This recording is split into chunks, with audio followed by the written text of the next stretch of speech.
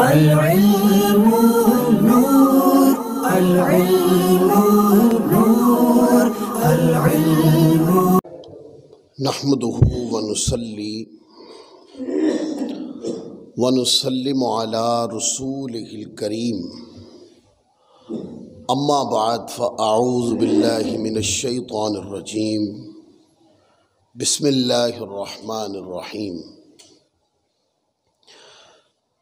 یا صاحب الجمال و یا سید البشر، من وجهک المنیر لقد نور القمر،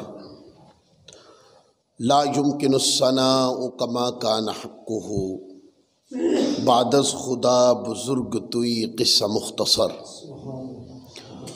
وأحسن منك لم تر قط عینی، وأجمل منك لم تلد النساء، خلقت مبرأ من كل عیب، كأنك قد خلقت كما تشاء، بلغ العلا بکمالہ، کشف الدجا بجمالہ، حسنت جمیع خصالہ، صلو علیہ وآلہ۔ درود و سلام پڑھیے۔ اللہم صلی وسلم وبارک علی سیدنا و مولانا محمد وبارک وسلم وصلو علیہ۔ اللہ رب العزت کا شکر ہے جس کی توفیق نے آج جمعہ کے بابرکت روز مسجد میں ہمیں اللہ رب العزت کا ذکر کرنے کی توفیق دی۔ اس توفیق پر، اس سعادت پر، اس خوشبختی پر ہم اللہ کا شکر ادا کرتے ہیں، اور اللہ رب العزت کی بارگاہ میں یہ دعا عرض کرتے ہیں، مولا ہمیں اس توفیق پر ثابت قدمی عطا فرما۔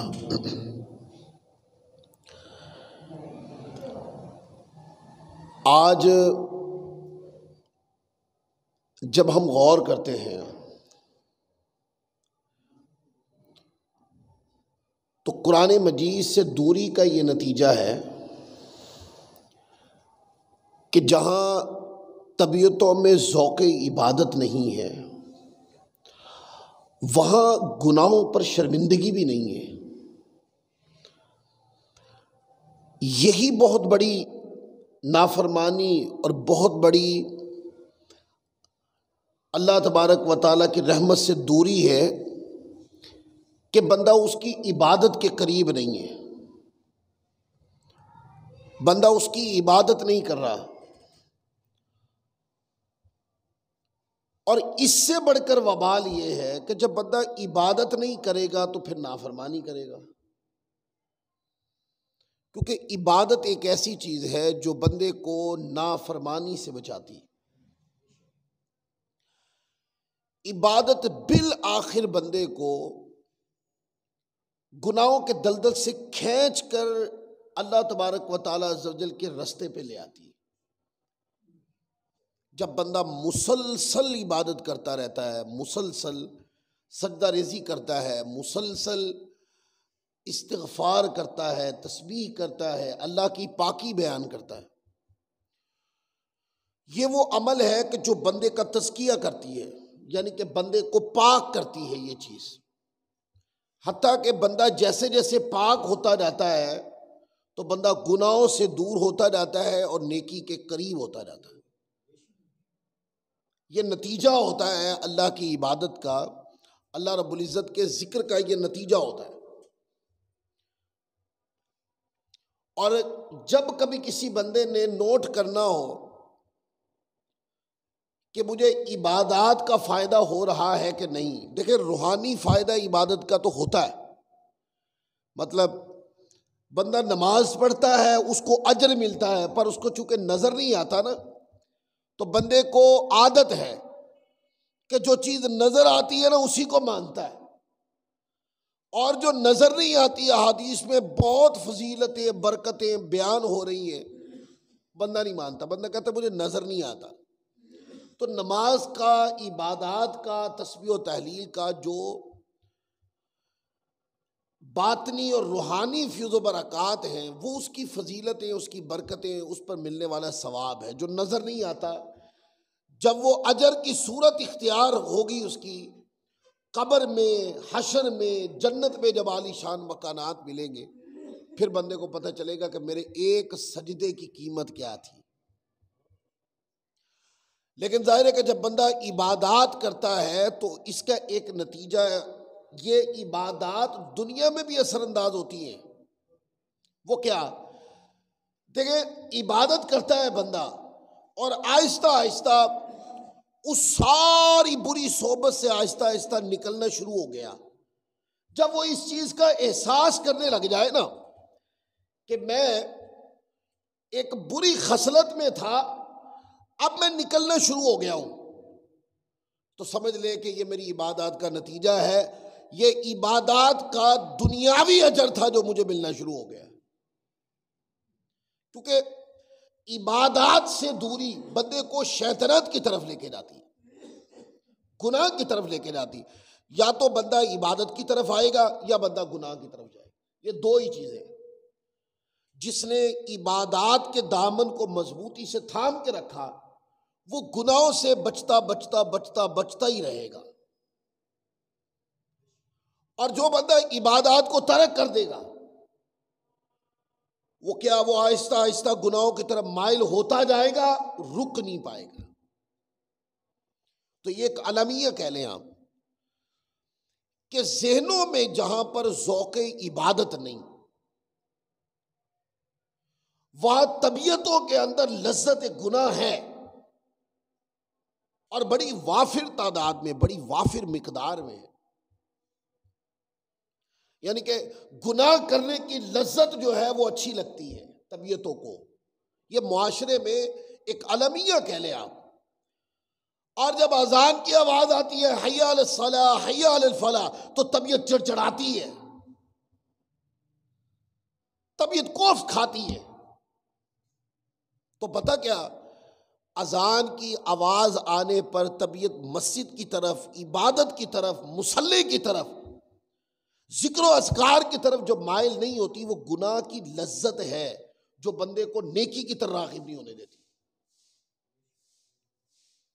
اب پھر اس کی کئی چیزیں ہیں، آگے بیانات آئیں گے، اگلے جمعے بھی آئیں گے، اس سے اگلے جمعے بھی، یہ اس کے سارے حل آئیں گے کہ بندے کو کرنا کیا چاہیے کہ طبیعت میں اگر لذت گناہ بڑھ جائے، گناہ کرنے کی لذت بڑھ جائے، مطلب دھوکے سے پیسہ کھانے کی عادت پڑ جائے، یہ لذت گناہ ہے۔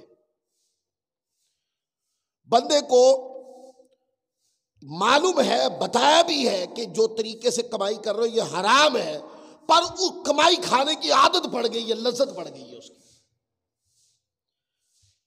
کسی عام بندے کو یا دوسرے بندے کو ذلیل کر کے دینے کی لذت پڑ گئی ہے، دوسرے بندے کی شخصیت میرے سامنے سجدہ ریز نظر آئے، مجھے اس گناہ کی عادت پڑ گئی ہے، پنجابی میں کہتے ہیں۔ کوئی بندہ آ کر میرے مقابلے میں آ کر بات کرے تو مجھے برا لگتا ہے، اور مجھ سے زیادہ اونچی بات کرے تو میں دشمن بن جاتا ہوں، مجھے یہ لذت گناہ پڑ گئی ہے۔ تو یہ جملہ میں نے بولا نا کہ گناہ کی جو لذت ہے وہ بندے کے اندر دین سے چڑچڑاہٹ پیدا کرتی، عبادت سے چڑچڑاہٹ پیدا کرتی، تلاوت قرآن سے چڑچڑاہٹ پیدا کرتی۔ تو جو بندہ جتنا زیادہ آپ کو عبادت سے، تسبیح سے، مسجد سے، دینی امور کی پاسداری سے جتنا چڑچڑا نظر آئے، اس کے اندر دوسری صفت دیکھ لیجئے گا کہ یہ بندہ علل اعلان گناہ کرتا ہوگا، اس کو گناہ کی محافل میں بڑا مزہ آتا ہوگا، مجرے کی محفل میں سب سے زیادہ پیسے پھینکنے والا یہی ہوگا۔ مسجد کے اندر پیسہ دینا ہو تو اس کے اوپر 1000 بکواسات کرنے کے بعد کچھ پیسے مسجد سے کے لیے نکلیں گے، 1000 اعتراض کرنے کے بعد کہ جو لوگ پیسہ دیتے ہیں وہ کہاں جاتا ہے، فلاں معاملہ فلاں کیسے ہوتا ہے، اتنی تفتیش کر کے، جبکہ مسجد میں آئے ہی نہیں، مسجد کے معاملہ سنے ہی نہیں، دیکھے ہی نہیں، معلوم ہی نہیں، مسجد کے اخراجات کا علم ہی نہیں، لیکن تفتیش ایسے کی ہے جیسے پتہ نہیں کتنے خیر کے معاملے، طبیعت میں کتنی خیر اور احتیاط ہو، اور جب گناہ میں پیسہ دھکیلنا ہو تو کوئی تفتیش نہیں کرنی. نیکی کے کام میں پیسہ دیتے ہوئے تفتیش کریں آپ، اس میں آپ سخی نہ ہو، آپ کی طبیعت کے اندر ایک ذوق اور جنون نہ ہو کہ میں زیادہ سے زیادہ پیسہ اللہ کی راہ میں دوں، یہ نہ ہو. اور اللہ کی راہ میں دیتے ہوئے آپ مزاج میں تنگی بھی محسوس کریں، آپ مزاج کے اندر ذرا غصہ بھی محسوس کریں. جس بندے نے آپ کا ذہن بنایا وہ آپ کو برا بھی لگے،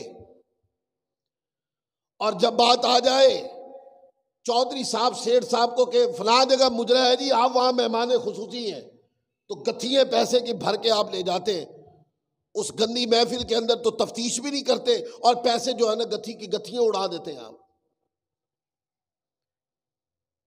میرے استاد صاحب فرمایا کرتے تھے کہ بیٹے، لوگ پوچھتے ہیں نا کہ مرنے کے بعد عذاب ہوگا گناہ کا. فرمایا کہ نہیں، دنیا میں بھی عذاب ہوتا ہے. ہم نے پوچھا استاد صاحب دنیا میں کیسے عذاب ہوتا ہے؟ چونکہ ابھی طالب علم تھے نا، تو پڑھے نہیں تھے، اتنا علمی شعور نہیں تھا، تو ایک طالب علم کی طرح سوال پوچھا کہ دنیا میں کیسے عذاب ہوتا ہے؟ تو فرمایا کرتے کہ ایک بندہ اپنے مال کو اللہ کی راہ میں خرچ کرتے ہوئے چڑچڑائے اور گناہ کی جگہ دینے پہ ذرا چڑچڑائے نا، یہ عذاب نہیں تو اور کیا ہے؟ کہ مال اس کا ہے پر خیر کے کام میں خرچ کرنے کی توفیق ہی نہیں، توفیق چھین لی گئی اس سے کہ وہ اپنے پیسے سے خیر کا کام ہی نہیں کر سکتا. فرمایا کہ جب کسی کو کسی پہ ظلم کرتا دیکھو تو یہ عذاب ہی نہیں اور کیا ہے. فرمایا کہ جب کوئی بندہ کسی پہ ظلم کرتا ہے تو اس کا معنی یہ ہوتا ہے کہ اللہ اس سے ناراض ہے. اگر اللہ ناراض نہ ہوتا وہ ظلم نہ کرتا. وہ جو ظلم کر رہا ہے اس کا معنی یہ ہے کہ اللہ رب العزت اس سے ناراض. ہیرا پھیری کرنا، فرمایا یہ بھی ایک عذاب ہے. اور فرمایا کہ جتنے ایسے امور کہ جو اللہ تبارک و تعالیٰ کی نافرمانی کے امور ہیں، فرمایا کوئی مبتلا دیکھو تو سمجھو کہ یہ اس کو دنیاوی عذاب اور عذاب ہو رہا ہے. ہاں اگر یہ توبہ کرے تو اللہ کی رحمت کا مستحق ہو جائے گا.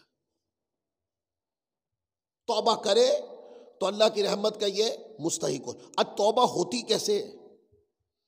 ایک بندے نے اپنا پورا وجود گناہ کر کر کے برباد کر لیا ہے، تو اب توبہ کی توفیق کیسے ہوگی؟ توبہ کی توفیق ایک ہی طرح ہوگی، وہ یہ اس کو چاہیے سب سے پہلے وہ اپنی مجلس بدل دے. مجلس کا معنی ہوتا ہے بیٹھنے کی جگہ. سب سے پہلے وہ کیا کرے؟ وہ اپنی مجلس کو بدل دے. کسی ایک عالم، ایک اچھے کی صحبت اختیار کرے جہاں آپ کو عبادات کے مواقع ملے، وہاں اچھی اور نصیحت کا موقع بھی ملے، وہ اختیار کر لیں. اچھی سنگت جو ہے نا، جب اچھی سنگت میں جا کے بیٹھیں گے تو اچھی سنگت آہستہ آہستہ وہ جو بیماری گناہ کی چڑھ گئی ہے، اچھی سنگت کی دوائی وہ گناہ کی بیماری ختم کرنا شروع کرے. شروع میں شیطان بہکاتا ہے. جب بندہ گناہ سے توبہ کر کے اچھی محفل میں آتا ہے، اچھے عالم کی، ولی کامل کی، نیک نمازی اچھی صحبت میں جا کے بیٹھتا ہے، شیطان بیٹھنے نہیں دیتا اس کو. شیطان اس کے دماغ میں ولی کے بارے میں ہزار سوال کرتا ہے، عالم کے بارے میں، اچھے صاحب کے بارے میں، مصاحب کے بارے میں سوال کرتا ہے. وہ لو جی اس کے تو اپنے اندر یہ کمزوری ہے. شیطان کہتا لو اس کے تو اپنے اندر یہ کمزوری ہے. ہاں کمزوری آپ کی آنکھ سے نظر آ رہی ہے. آپ کو اپنے ساتھ بیٹھنے والا جو اس پاک محفل میں عرصے سے بیٹھ رہا ہے، اس سے تو پوچھ کے دیکھو کہ سامنے والے میں کوئی کمزوری ہے. وہ کہے گا نہیں، یہ جو سامنے والے ہیں ان میں کوئی کمزوری نہیں. مانا یہ کہ اس کے جو نیا آ کے بیٹھا ہے اس کے دیکھنے میں کمی ہے، اس کے دیکھنے میں کمزوری ہے، سو اس کو کسی میں کمزوری نظر آتی ہے. اور جب یہ کچھ عرصہ اپنے آپ کو مضبوط کرے گا اس محفل میں، اس نصیحت کی محفل میں، اس عبادت کی محفل میں، اس کا تزکیہ نفس کی محفل میں، اس ذکر کی محفل میں، اس استغفار کی محفل میں، کسی نیک صالح بندے کی صحبت میں بیٹھ کر ان امور کو سر انجام دینے والی مقدس محفل میں جب اپنے آپ کو مضبوط کر لے گا، آہستہ آہستہ آہستہ آہستہ آہستہ آہستہ گناہ دھلنا شروع ہو جائے گا۔ آپ کہیں کہ کیسے پتہ چلے گا کہ میں اچھی محفل میں بیٹھ کے اب سنورنے لگا ہوں؟ کیسے پتہ چلے گا؟ بڑی پیاری مثال دی، بڑی پیاری مثال دے کر ہمارے استاد صاحب سمجھا رہے تھے، فرمایا اچھی محفل میں آپ کو پتہ کیسے چلے گا کہ اب آپ سدھرنے لگ گئے، اب آپ نکھرنے لگ گئے، اب آپ بدلنے لگ گئے، اب آپ کے اندر برائی کا جامہ اتر رہا ہے اور نیکی کی نورانیت چڑھ رہی ہے، یہ کیسے پتہ چلے گا؟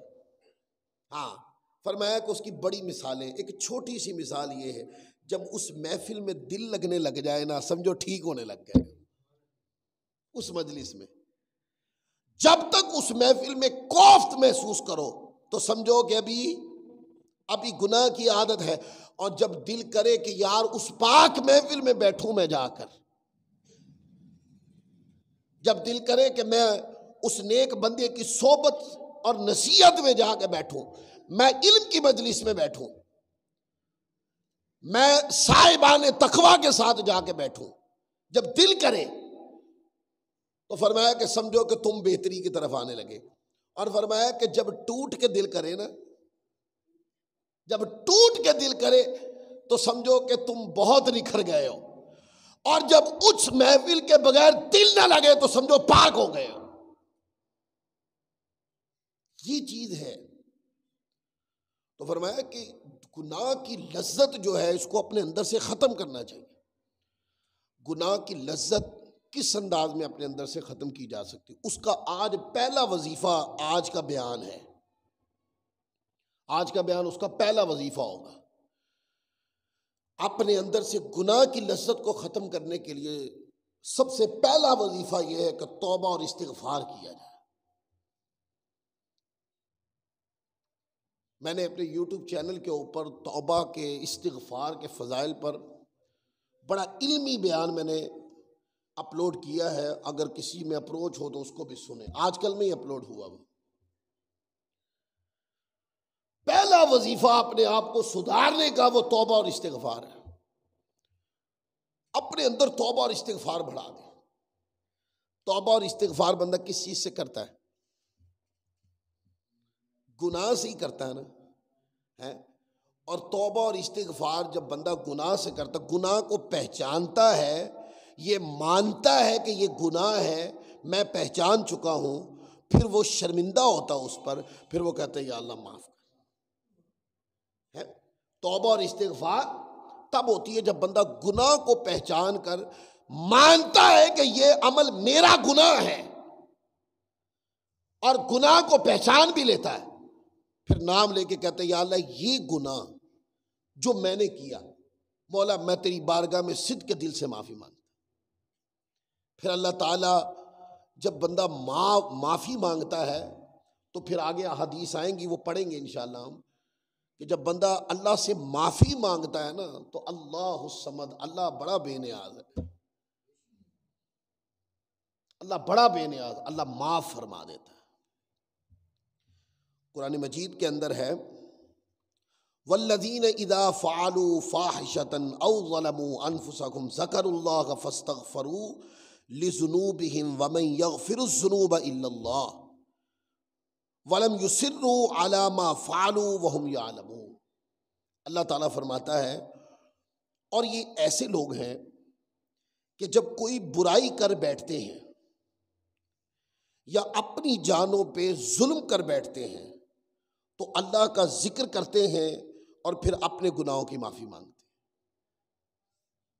یعنی کہ جو اپنے آپ کو سدھار رہے ہیں، جو اپنے آپ کو نکھار رہے ہیں، اللہ تعالیٰ ان کی تعریف فرما رہا ہے کہ یہ وہ لوگ ہیں کہ جب کبھی برائی کر بیٹھیں یا اپنی جان پہ ظلم یعنی کہ گناہ کر بیٹھیں اللہ کی نافرمانی کی صورت میں،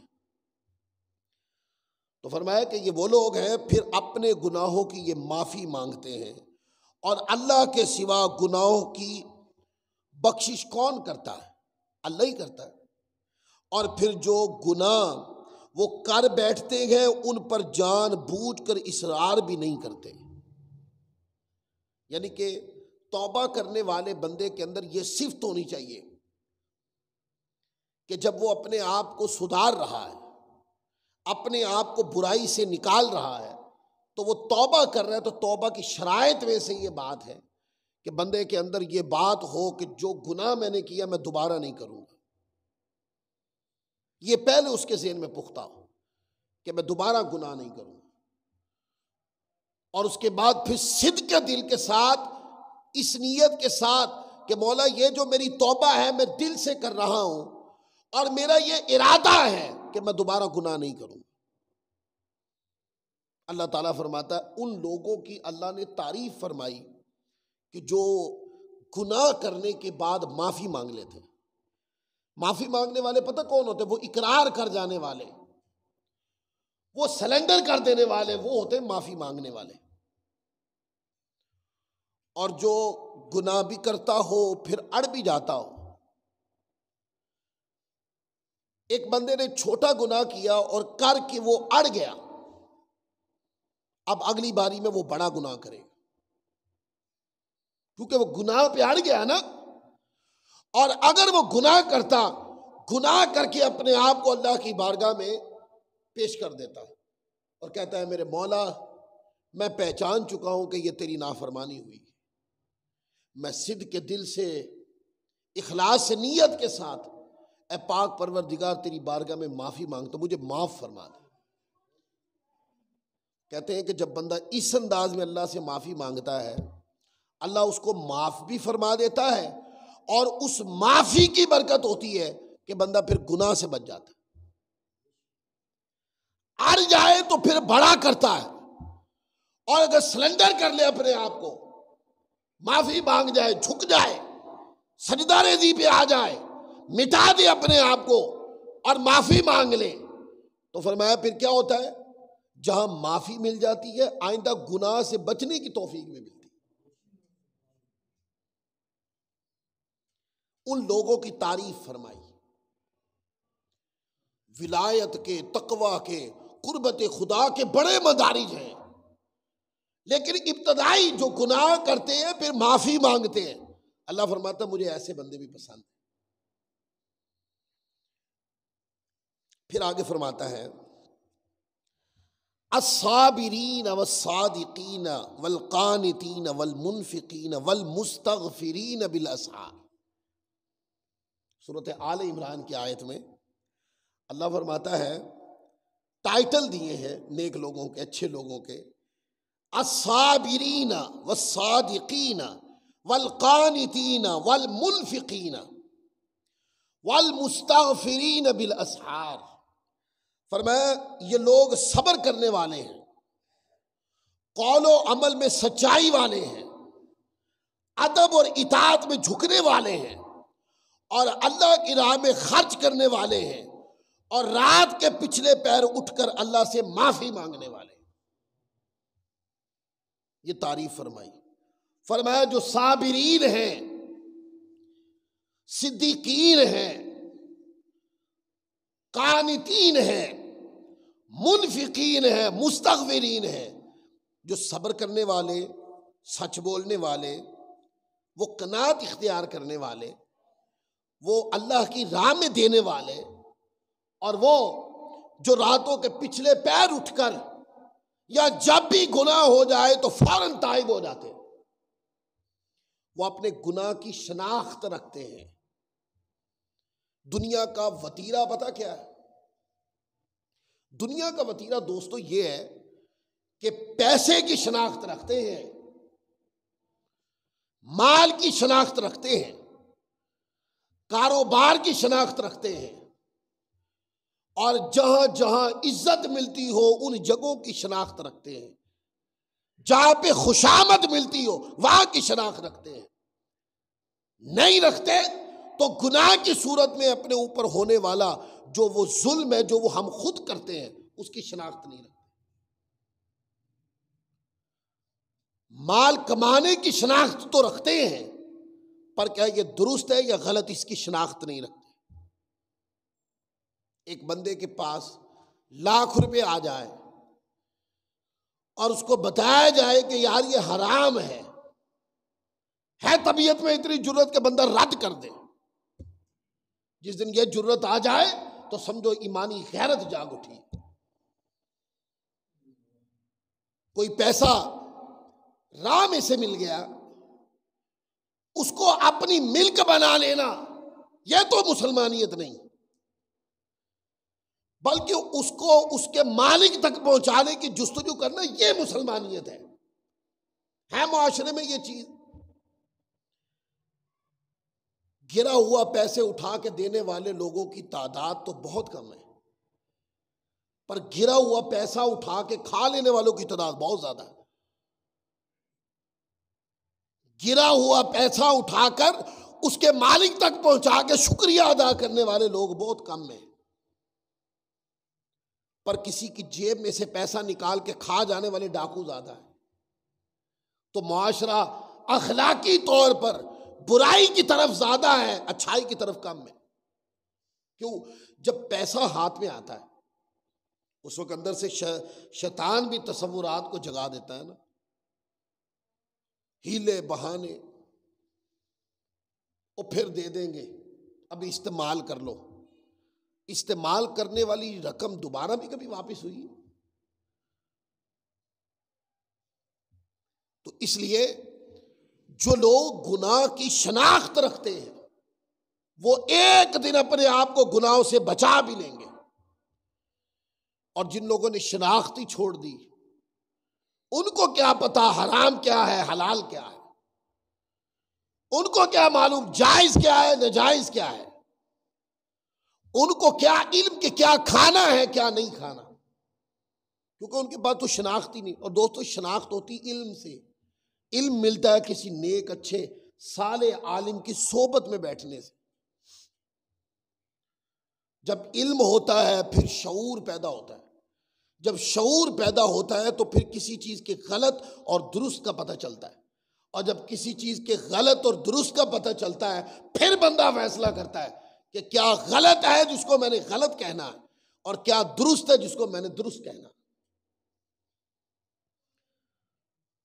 تو اللہ تعالیٰ نے صابرین کی، جلد باز لوگوں کی تعریف تو نہیں ہے قرآن پاک میں کہ وہ جو جلد باز ہے،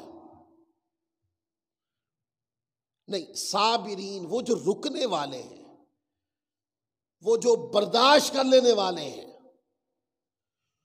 اپنے منہ سے تیر برسا کر دوسرے بندے کی شخصیت کو نوچ ڈالنے والے کی تو کوئی فضیلت نہیں ہے، وہ تو کوئی آیت ہی نہیں ہے قرآن مجید کے اندر، پر وہ سارے تیر کھا کر اللہ کی بارگاہ میں نذرانہ شکر پیش کرنے والوں کی تعریف ہے قرآن میں۔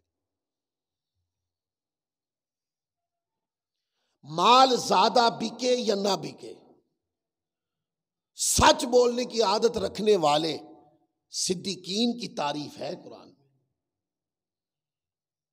کسی دوست نے کہا جی قاری صاحب جھوٹ نہ بولے تو سودا ہی نہیں بکتا، تو میں نے کہا زیادہ سودا بیچنا، کیا معلوم جھوٹ بول کے جو زیادہ آپ نے کمایا ہے وہ آپ کی ضرورت سے ہی زیادہ ہو گیا ہو، اور سچ بول کے جو آپ کو ملے گا وہ آپ کی ضرورت کے مطابق آپ کو مل جائے گا۔ اور یہ بھی خام خیالی ہے، بندہ اپنے آپ کو اللہ تعالیٰ کی بارگاہ میں اپنے آپ کو سچا ثابت کرے، سچا ہو جائے، اس کے لیے بڑے ہی رستے کھلتے ہیں۔ وہ کسی کے لیے ہاتھ اٹھا کے دعا کر دے اس کے بیڑے پار ہونا شروع ہو جاتے۔ ہمارے دادا پیر ہیں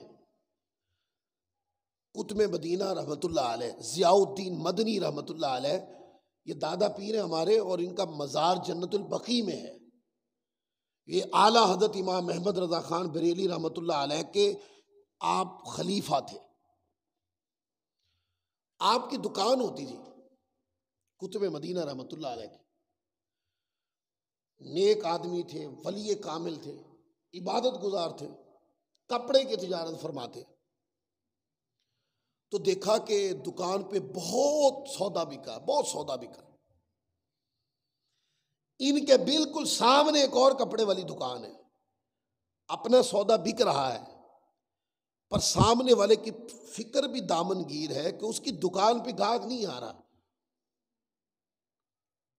یہ مومنیت کہاں ہے؟ شام تک سامنے والے کی دکان پہ کوئی گاہک نہیں جایا، جبکہ قطب مدینہ رحمۃ اللہ علیہ کی جو دکانداری تھی وہ اچھی ہوئی۔ اینڈ کے اوپر ایک گاہک آیا، تو اس گاہک کو قطب مدینہ رحمۃ اللہ علیہ ضیاء الدین مدنی رحمۃ اللہ علیہ فرماتے ہیں، بھئی صاحب آپ وہ سامنے والے دکاندار سے سودا خرید لیں، کیونکہ وہ میرا مسلمان بھائی ہے۔ میں صبح سے اس فکر نے مجھے پریشان کیا ہوا کہ اس کی دکان پہ گاہک نہیں چڑھا، وہ اپنے بچوں کے لیے کیا لے کے جائے گا آج؟ ہے کوئی دکاندار مارکیٹ میں کوئی اس طرح کی قربانی دینے والا؟ تو دکاندار دوسروں کے گاہک توڑ دیتے ہیں، ضد میں آ کر، اناد میں آ کر، دشمنی میں آ کر۔ لیکن مسلمانیت کا یہ تصور معاشرے میں ختم ہو گیا۔ کیوں؟ طبیعتوں میں گناہ کی لذت بڑھ گئی۔ گناہ کی لذت کا طبیعتوں میں بڑھ جانا، یہ ہزار بیماریوں کو جنم دیا۔ اس مسجدیں کیوں مسجدوں میں نمازی کم ہوتے ہیں، اور آپ دیکھتے ہیں گناہ کی جگہوں پہ اتنی عوام ہوتی ہے، پیسے دے دے کے ٹکٹیں خرید رہی ہوتی ہیں، وہ کہتا ہے بھائی ٹکٹیں نہیں ہیں، بھائی ختم ہو گئی۔ ہے کہ نہیں یہ باتیں؟ میں نے تو اس طرح کی باتیں بہت کم دیکھی ہیں۔ آپ لوگ ان ایسے لوگوں کو دیکھتے ہوں گے اپنی آنکھوں کے سامنے کہ گناہ کی جگہ ٹکٹ، جو مجھے تو بھائی بڑے فخر سے بتاتے کہ مجھے تو ٹکٹ ہی نہیں ملی، مسجد میں کوئی ٹکٹ ہی نہیں ہے، مسجد کے دروازے پہ کوئی گیٹ کیپر ہی نہیں ہے، مسجد کے اندر سہولتوں کی کمی نہیں، پر طبیعتیں مسجدوں میں کم لگتی ہیں، گناہ کی طرف زیادہ مائل ہیں۔ اس کی وجہ طبیعتوں میں گناہ کی لذت بڑھ گئی ہے۔ جن طبیعتوں کے اندر گناہ کی لذت کم ہے وہ مسجدوں میں نظر آئیں گے آپ کو، وہ مصلی پہ نظر آئیں گے آپ کو، وہ استغفار کرتے ہوئے نظر آئیں گے آپ کو، وہ اچھی صحبت میں بیٹھے ہوئے نظر آئیں گے آپ کو، وہ گناہ کر کے اللہ کی بارگاہ میں توبہ کرتے ہوئے نظر آئیں گے آپ کو۔ کسی کا حق دبا لیا تو حق غصب ہو گیا تو اس سے معافی مانگتے نظر آئیں گے آپ۔ وہ پرواہ نہیں کرتے دنیاوی ذلت کا۔ جس کو آخرت کی فکر ہو وہ دنیاوی ذلت کی پرواہ نہیں کرتا۔ اگر کسی کے ساتھ حق غصب ہو گیا تو وہ جا کر کہتا ہے مجھے کوئی شرمندگی نہیں، مجھے معاف کر۔ آپ کے حق کی ادائیگی کیسی ہوگی؟ مجھے فرمائے میں ہر طرح ادائیگی کرنے کے لیے تیار ہوں، پر یہ میں معاملہ دنیا کا دنیا میں ختم کرنا چاہتا ہوں اور آپ کو راضی کر کے جانا چاہتا ہوں، کیونکہ مرنے کے بعد تو کوئی مہلت ہی نہیں ملے گی۔ ایسے لوگوں کی تعریف قرآن میں ہے۔ اور گناہ کی جگہوں پہ بیٹھنا اور گناہوں میں دلچسپی لینا اور گناہ کرنے کے عمل کو اپنی طبیعت کی لذت بنانا، ایسے لوگوں کی مذمت ہے قرآن میں، تعریف کوئی نہیں ہے قرآن میں۔ اسی طرح جو لوگ گناہ کرتے ہیں ان کو پھر رستہ دکھایا، وَلَوْ أَنَّهُمْ إِذْ ظَلَمُوا أَنفُسَهُمْ جَاءُوكَ فَاسْتَغْفَرُوا اللَّهَ وَاسْتَغْفَرَ لَهُمُ الرَّسُولُ لَوَجَدُوا اللَّهَ تَوَّابًا رَحِيمًا۔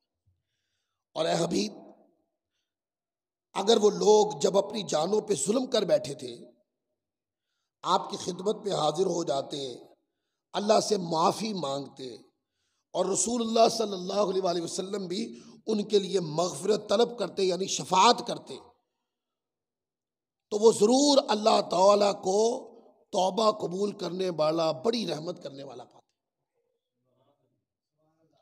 یعنی کہ یہ نہیں فرمایا کہ جو گناہ کر لے وہ در پہ نہ آئے، نہ میرے رسول کے در پہ آئے نہ وہ میرے در پہ آئے۔ ایسا نہیں ہے قرآن مجید۔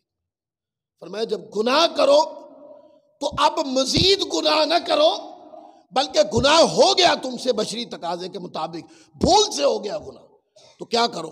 اللہ کی بارگاہ میں آ جاؤ، اس کے رسول کی بارگاہ میں آ جاؤ، اور آ کر اپنے من کی ساری میل اتار کر صدق کے دل کے ساتھ اور توبۃ نصوحا، اس ارادے کے ساتھ کہ میں گناہ نہیں کروں گا، اللہ کی بارگاہ میں آ کے اپنے آپ کو کلیئر کر،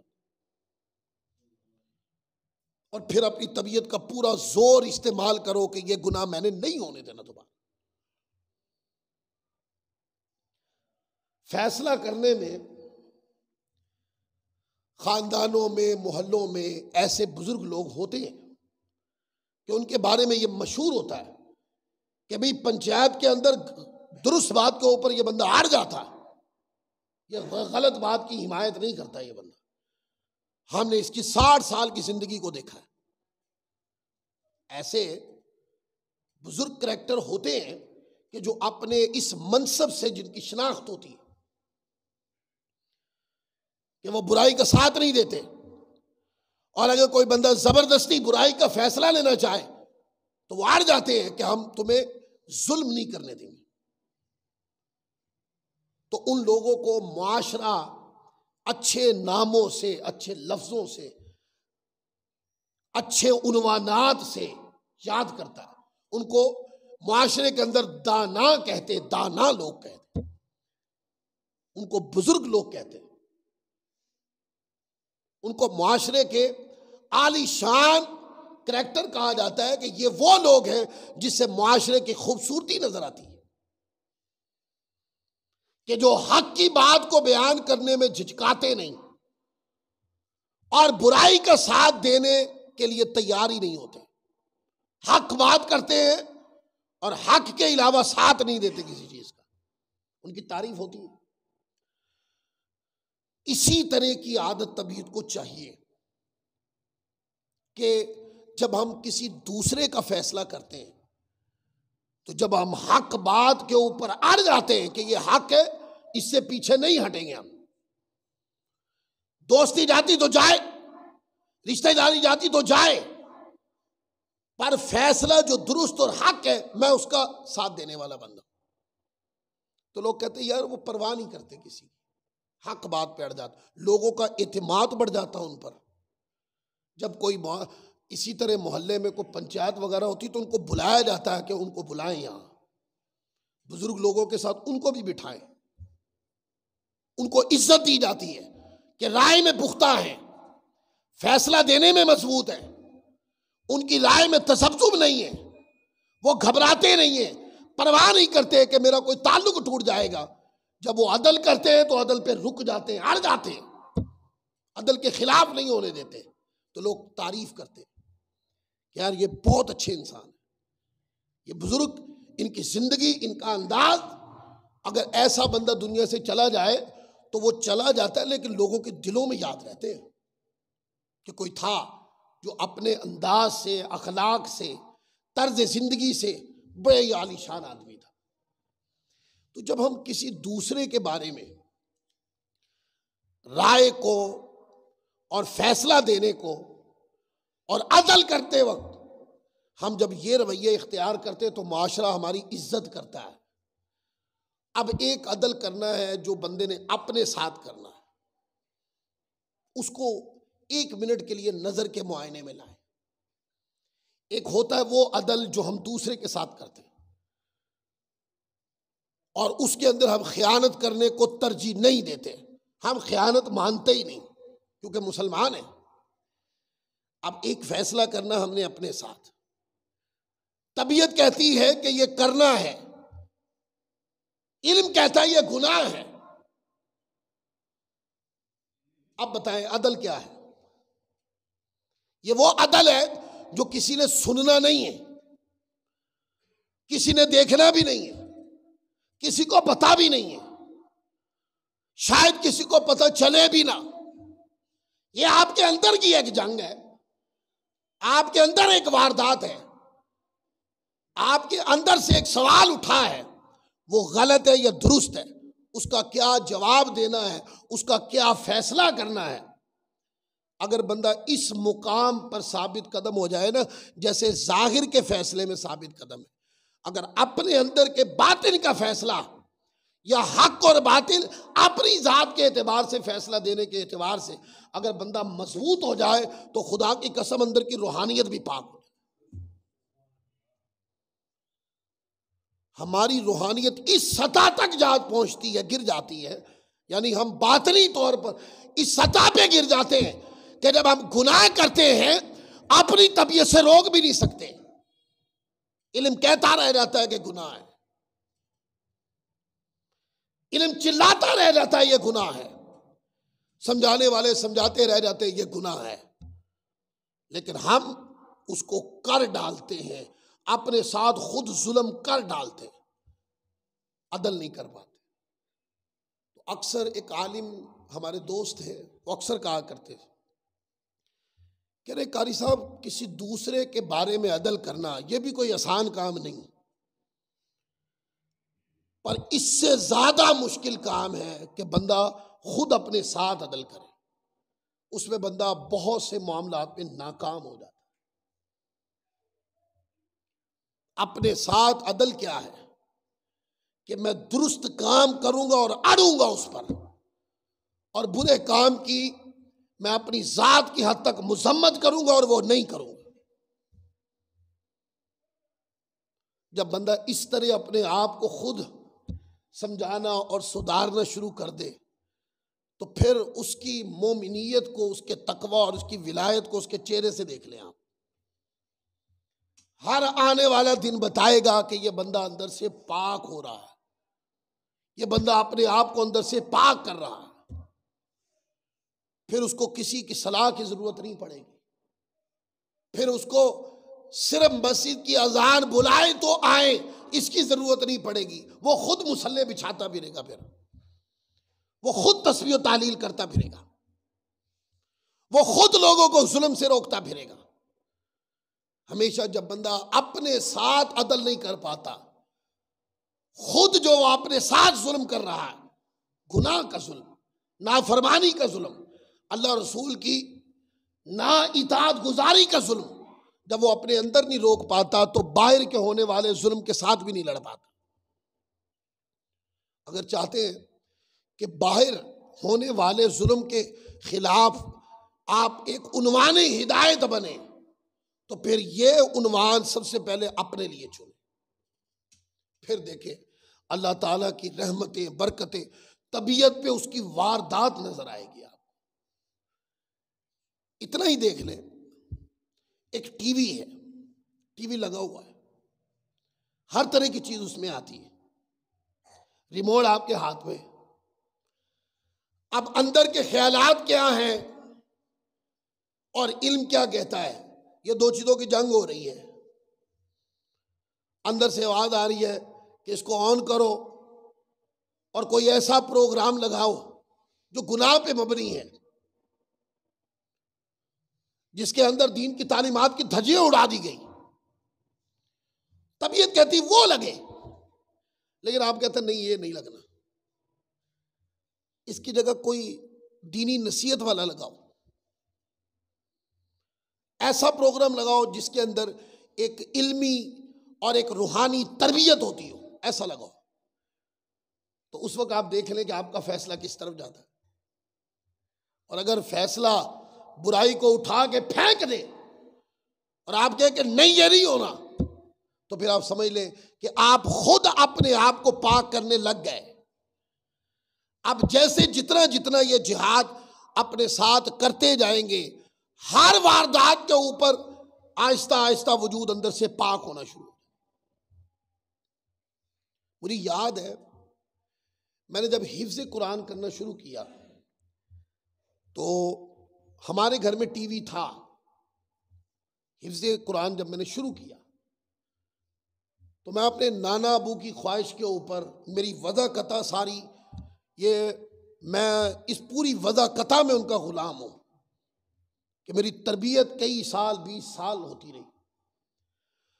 تو جب مجھے حفظ قرآن کے لیے بھیجا نا تو 2-3 دن کے بعد انہوں نے گھر سے ٹی وی اٹھوا دیا. یہ میرے چھوٹے بھائی بھی بیٹھے ہیں, ٹی وی اٹھوا دیا انہوں نے, پھر ٹی وی نہیں آیا گا. اور آپ کو عجیب بات بتاؤں, ہمارے گھر میں ابھی بھی ٹی وی نہیں ہے.